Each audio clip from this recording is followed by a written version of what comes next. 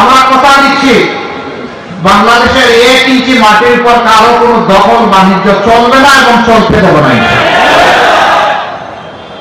আমরা কথা দিচ্ছি সরকারি আধা সরকারি বেসরকারি অফিসে বসে কেউ ঘুষ খাওয়ার প্রয়োজন অনুভব করবে না এবং দুঃসাহস দেখাবে না। আমরা সেই বাংলাদেশ করতে চাই। আমরা কথা দিচ্ছি আমাদের যুব সমাজের হাতকে আমরা কর্মী কারিগরের হাতে পরিণত করতে চাই। তারা আমরা দেশ গড়ার কারিগর, সার্টিফিকেট নিয়ে তারা বের হয়ে বেকারত্বের অভিশাপে কান্নাকাটি করবে না, হাল চাষ করবে না। তাদেরকে নৈতিক এবং জাগতিক শিক্ষা এমনভাবে সমৃদ্ধ করা হবে যে প্রত্যেকটা ছাত্র কিংবা ছাত্রী তার শিক্ষার পাঠ চুকানোর সাথে সাথে দেশ গড়ার একজন যোগ্য কারিগরে পরিণত হবে এবং কাজ তার হাতে চলে আসবে। দুনিয়ার বহু দেশে, উন্নত দেশে আছে, শিক্ষাকালীন সময়েই তাদের হাতে কাজ চলে আসে। শিক্ষা জীবনের আগেই তাদের এগ্রিমেন্ট সম্পূর্ণ হয়ে যায়। শিক্ষা জীবন শেষ করার সাথে সাথে কর্মে ঢুকে পড়ে। তারা পরীক্ষার রেজাল্টের অপেক্ষা করেন, অতীতের রেজাল্টে মূল্যায়ন করে তাদের হাতে এইভাবে কাজ চলে আসে। আমরা এই ধরনের একটি সমৃদ্ধ যুব সমৃদ্ধ বাংলাদেশ করতে চাই ইনশাআল্লাহ।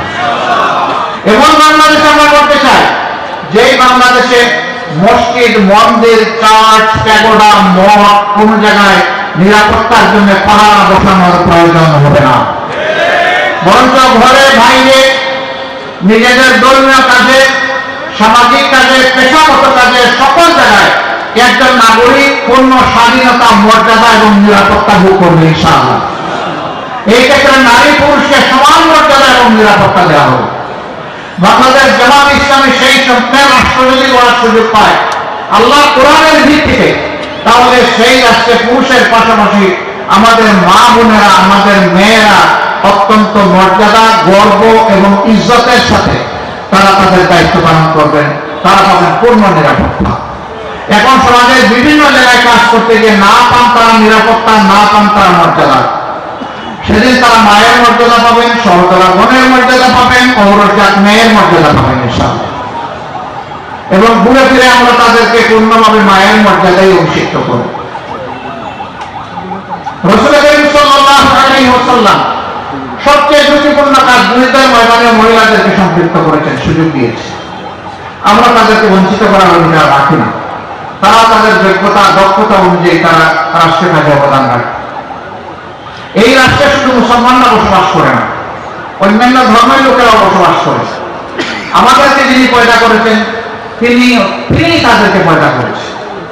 সুতরাং সেই আল্লাহর দৃষ্টিতে মানুষ হিসাবে তাদের যত নাগরিক অধিকার আছে পূর্ণাঙ্গ অধিকার তারা ভোগ করবে ইনশাআল্লাহ। সেখানে ধর্মের কারণে কোনো মানুষ তার যোগ্য ভূমিকা পালন থেকে বঞ্চিত হবে না। তবে দুঃখের বিষয়, গত 15.5 বছর তারা একটু দাঁড়িয়ে আছে, কে তার পেশাগত দায়িত্ব পালনের সময় নামাজে যায়, তাকে চরমভাবে অপদস্থ, কুণ্ঠাসা এবং তার অধিকার থেকে তাকে বঞ্চিত করা হয়েছে। এই অপকর্ম আর বাংলাদেশে চলতে দেওয়া হবে না ইনশাআল্লাহ।